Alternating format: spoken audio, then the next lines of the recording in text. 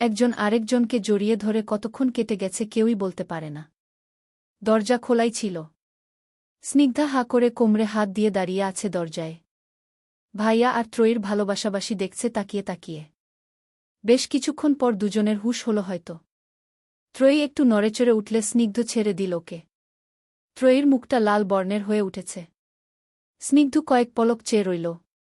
ত্রয়ী দরজায় তাকিয়ে স্নিগ্ধাকে দেখে চোখ বড়বড় করে ফেলল। এত লজ্জা এর আগে কখনো পায়নি ও। স্নিগ্ধ জিজ্ঞেস করল, কিরে তুই এখানে? স্নিগ্ধার সাথে সাথেই বলল, হু এখানে। আমাকে তো কেউ আসতে বারণ করেনি। ত্রয়ী লজ্জায় মুখ অন্যদিকে ঘুরিয়ে নিল। স্নিগ্ধ ত্রয়ীর দিকে একবার তাকিয়েই স্নিগ্ধাকে বলল, বড়দের মাঝখানে ছোটদের আসতে হয় না। দেখছিস আমরা কথা বলছি তাও কেন এলি? এগুলাকে বুঝি কথা বলা বলে? তাহলে আমিও কারো সাথে কথা বলতে চাই এভাবে। বলেই মুখ টিপে হাসল স্নিগ্ধা। স্নিগ্ধ ক্ষেপে বলল, পাজি মেয়ে রে। ধরে একটা মায়ের লাগাবো।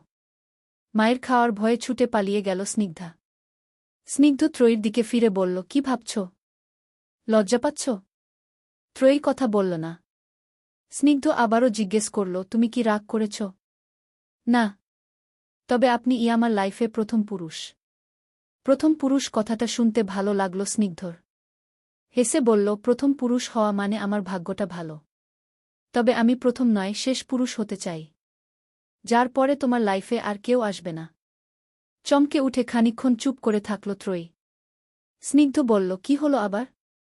আপনি এত কিছু ভেবে ফেলেছেন? আপনি কি সিরিয়াস? আমি তো রিমঝিম নেই। তো? আমি তো রিমঝিমকে দেখিইনি। আমি তোমাকে দেখেছি, তোমার সাথে হেঁটেছি। তোমার চোখ আমাকে মুগ্ধ করেছে। রিমঝিম আসছে কোত্থেকে? আপনি তো রিমঝিম ভেবেই আমাকে ভালোবাসতে শুরু করেছিলেন, তাই না? রিমঝিম ভেবেই মুগ্ধ হয়েছেন? হ্যাঁ। কিন্তু তোমাকে দেখার পর যতটা মুগ্ধ হয়েছি, এরপর রিমঝিমকে দেখলে হয়তো আর এতটা হতাম না। মানুষের চেহারাই সবসময় মুগ্ধ করে না রে পাগলি। চালচলন, কথাবার্তা সবকিছুই করে। ত্রয়ী জানালার পাশে গিয়ে দাঁড়াল। জানালা এখনো খোলা। বাইরে থেকে মৃদু হাওয়া আসছিল। ত্রয়ী বাইরে তাকিয়ে বলল, কিন্তু এত দ্রুত কারো প্রেমে পড়া যায়? এটাকে দ্রুত বলছ কোনো অ্যাঙ্গেল থেকে? মাত্র এক পলকের দেখায় ভালো লাগলে একটা ছেলে ছুটতে ছুটতে সেই মেয়ের বাসায় চলে যায়। ও আচ্ছা। তাহলে কেবল একটা মেয়েই অনেক সময় নিয়ে ভেবেচিন্তে কাউকে ভালোবাসে। তাই তো? এক্স্যাক্টলি। তুমিও তাই করছো এবং করবেও। আমার ক্ষেত্রে যা হয়ে গেছে সেটাই খুশিমনে মেনে নিয়ে তোমাকেই চাইছি। কিন্তু তুমি ভালো লাগা সত্ত্বেও অনেক সময় নেবে, আমাকে ঘোরাবে পিছু পিছু, অয়থা অবহেলা করবে, ঝুলিয়ে রাখবে, আমাকে কষ্ট দিয়ে মজা পাবে আর তারপর রাজি হবে। বলেই হেসে উঠল স্নিগ্ধ। ত্রয়ী মুখ বাঁকা করে বলল, কি যে বলেন! ভারী দুষ্টু তো আপনি। ছেলেরা একটু দুষ্টু না হলে প্রেমিক হতে পারে বলো? বাবারে, বিশ্বপ্রেমিক দেখছি আপনি। তা এ যাবৎ কতগুলা প্রেম করেছেন? স্নিগ্ধ একটু ভেবে বলল, করেছি কয়েকটা। আজকালের প্রেমকে প্রেম বলা যায় নাকি? সবাই তো জাস্ট ফ্রেন্ড। হা হা হা। ত্রয়ী হেসে বলল, স্নিগ্ধা ওয়েট করছে। চলেন ওই রুমে যাই। আমার যে কেবল তোমার সাথে একান্ত একা সময় কাটাতে ভালো লাগছে। ও অন্য কিছু ভাববে আবার। চলুন যাই বরং। স্নিগ্ধ বাধ্য হয়ে ত্রয়ীর সাথে বসার ঘরে চলে এল। ত্রয়ীকে শাড়িতে দারুণ মানিয়েছে। এতক্ষণ ওর শাড়ি পরার দিকে খেয়ালই করেনি স্নিগ্ধ। এবার শাড়ি সজ্জায় দেখতে লাগল ত্রয়ীকে। ত্রয়ী গুটি গুটি পায়ে নাস্তা এনে রাখল সামনে। স্নিগ্ধ জিজ্ঞেস করল, তোমার এই বাসায় কে কে থাকে? মামা মামি আর ভাই বোন। মামা মামি কেন? তুমি নিজের বাসায় থাকো না? এটা জিজ্ঞেস করতে চেয়েও পারিনি। ত্রয়ী মেঝের দিকে তাকিয়ে বলল, আমার বাবা মা নেই। কথাটা শুনে প্রচণ্ড খারাপ লাগল স্নিগ্ধর। যে কারো জন্য বাবা মা না থাকাটা অনেক বেশি কষ্টের। সেখানে ত্রয়ীর মতো একটা মেয়ের। কত লক্ষ্মী একটা মেয়ে। অথচ কত একা। মামা মামির কাছে মেয়েরা কেমন আদরে থাকে সেটা জানা আছে স্নিগ্ধর।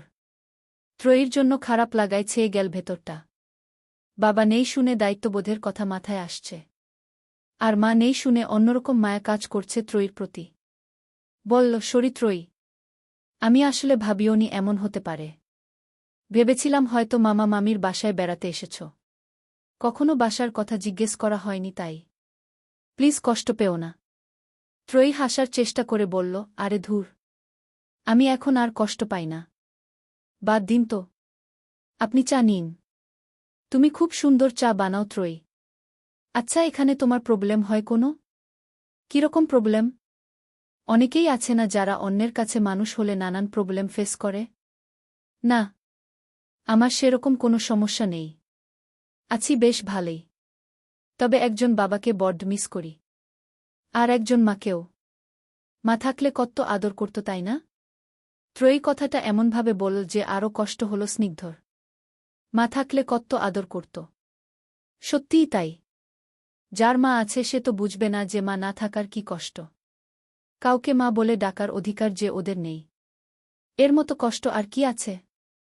মনটা বিষণ্ণ হয়ে উঠল স্নিগ্ধর। আর ভালো লাগছে না।